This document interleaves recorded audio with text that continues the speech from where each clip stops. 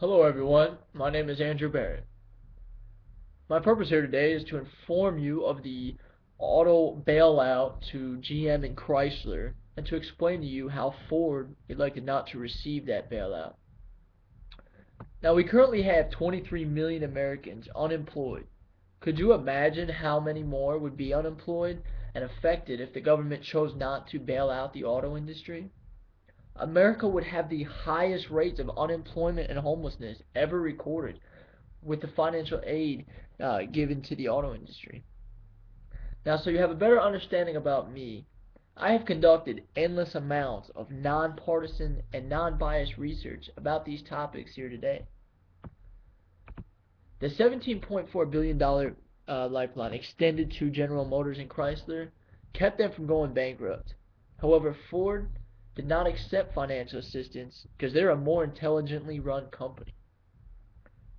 Now you must understand 1.5 million Americans are now working in the auto industry and associated businesses because of the financial lifeline offered by the US government to the auto industry. This allowed many Americans to keep their jobs and kept the city of Detroit afloat. See, Detroit is the headquarters for our main auto industries such as General Motors and Chrysler. GM received $49.5 billion from taxpayer dollars and has returned about $24 billion of that money. My prediction is that if GM did not receive that money, the government would have taken the majority of that loss. See, the government would have had to provide all those unemployed Americans with some sort of government assistance. Plus, the housing crisis would have further fell.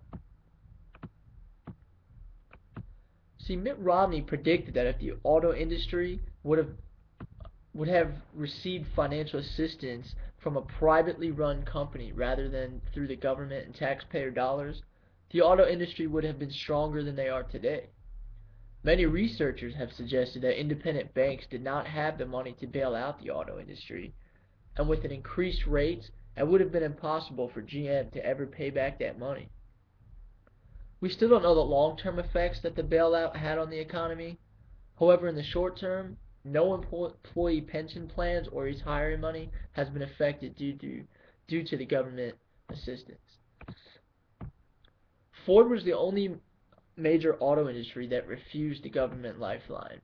Thus, it has improved its reputation, and current auto sales have increased due to popular decision.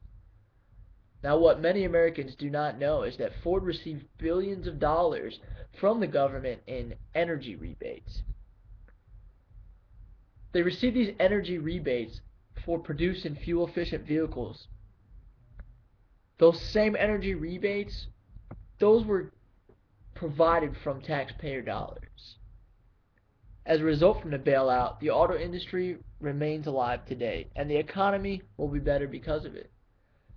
GM and Chrysler remain some of the largest American corporations due to the receiving of government assistance, and Ford has become superior due to its strategic approach of receiving those energy rebates but refusing the financial lifeline extended by the government.